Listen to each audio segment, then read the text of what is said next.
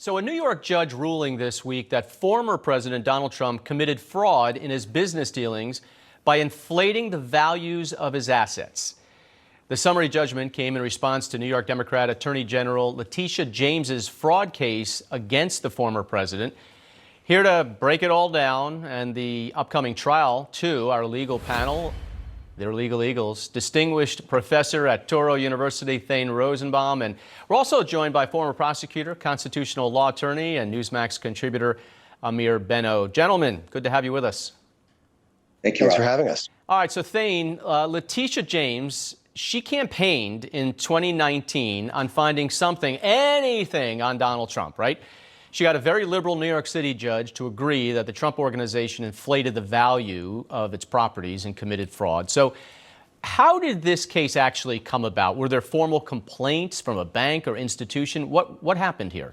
Yeah, it's a great question, Rob. You know, of the criminal cases, this is a civil case. Of the 4 criminal cases, they all have glaring weaknesses, I've always said on Newsmax. But this one really does appear to have a real abuse of prosecutorial discretion. Remember, this case started as a criminal case by the Manhattan DA's office, and Alvin Bragg, who eventually brought the falsification of business records case that's pending, that's the Stormy Daniels hush money case, he dropped this case. He obviously didn't think this was strong enough.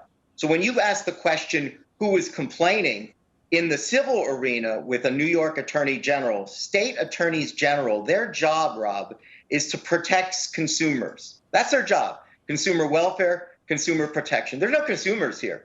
You're talking about major banks that have a raft of lawyers and CPAs that looked at the same financial statements. They did their own appraisals. They made the loans. Trump repaid the loans. Everyone made money. Who's harmed? Why is the attorney general even here?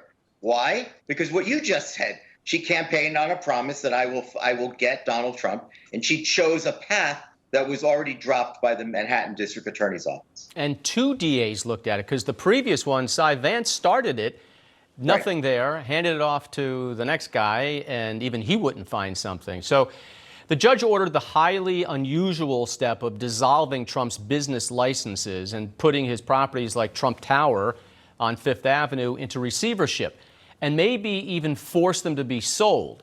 So now the damage portion of the trial is being fast-tracked. This is unusual, too. It may start next week.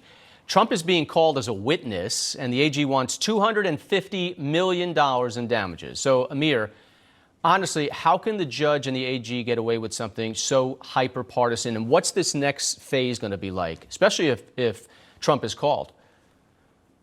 Yeah, well, so first of all, the AG is pursuing this under a unique law in New York, Executive Law 63, sub 12, I think, which allows the Attorney General to bring this kind of an action. And ultimately, that's the claim that the judge found, that there's no questions of fact about that would require a trial. So he entered a judgment essentially yanking their certificates of incorporation, saying they can no longer operate as corporations or enjoy the benefits of that.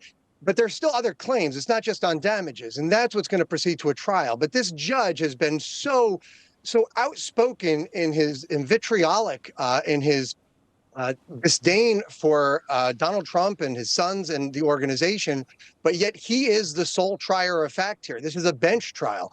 So it's pretty much a fait accompli. Yes, Letitia James, the Attorney General, did name Donald Trump and his sons as witnesses. I think it would be foolish for him to take the stand. Obviously, he'll be cross-examined on all of the cases he's under indictment for. But keep in mind, Donald Trump on his own witness statement listed himself and his sons as witnesses. So maybe they have a different idea in mind. But this trial right now is scheduled to move forward next week, and we'll find out what happens with the rest of these claims. All right. Well, that's insane. So is this next story. It's also just a matter of time before something like this popped up. So the Michigan Supreme Court ruled that judges have to refer to attorneys and others by their preferred pronouns. So ridiculousness like the non-gendered mix, what's mix? That's not Mrs. or Mr. That's what it is, MX, if you want to go by that. Or, of course, those underutilized pronouns like these or that. Please call me that. So, Amir, if a judge is anchored in reality and actually refuses to play this stupid game, he could be reprimanded and even thrown off the bench?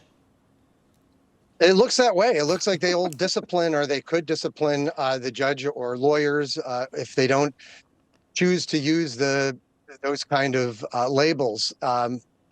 I'm sure it will be challenged on First Amendment grounds. I don't think it's necessary because judges already are required to adhere to a code of ethics that require them to always treat the litigants before them with respect. And so I don't know that this was necessary in any way, shape, or form, but it just goes to show you how far to the left we've lurched. Thane, or is it they or Thane? I don't know. I don't have any preferred pronouns, Rob. I'm open to anything. What's your what's your thoughts on that stupidity in Michigan? Look, it's invaded every other area and aspect of our lives. These kind of woke catechisms and protocols, and so we should not have expected that courts also would impose their own sense of woke righteousness.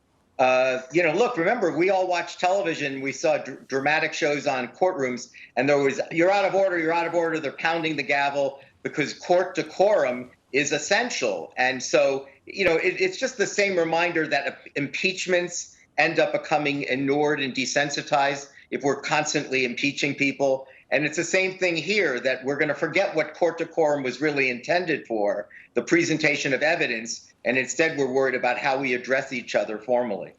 All right, Thane Rosenbaum and Amir Benno, as always, thanks for spending time with us today.